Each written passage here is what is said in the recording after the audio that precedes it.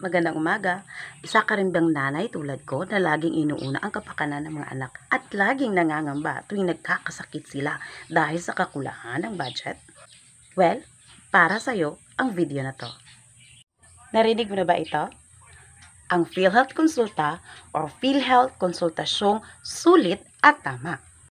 Sa programang ito, libre ang magpakonsulta kasama na ang mga piling laboratory at gamot sa buong Pilipinas.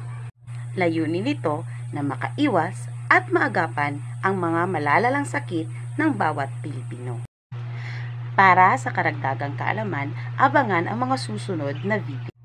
Isasama na rin natin ang bagong update na inilabas lamang noong Mayo 24 ngayong taon. Sana may natutunan kayo sa video na ito. Kung gusto nyo ng mga ganitong content, pa-heart, pa-follow, and pa-share na rin po. Salamat!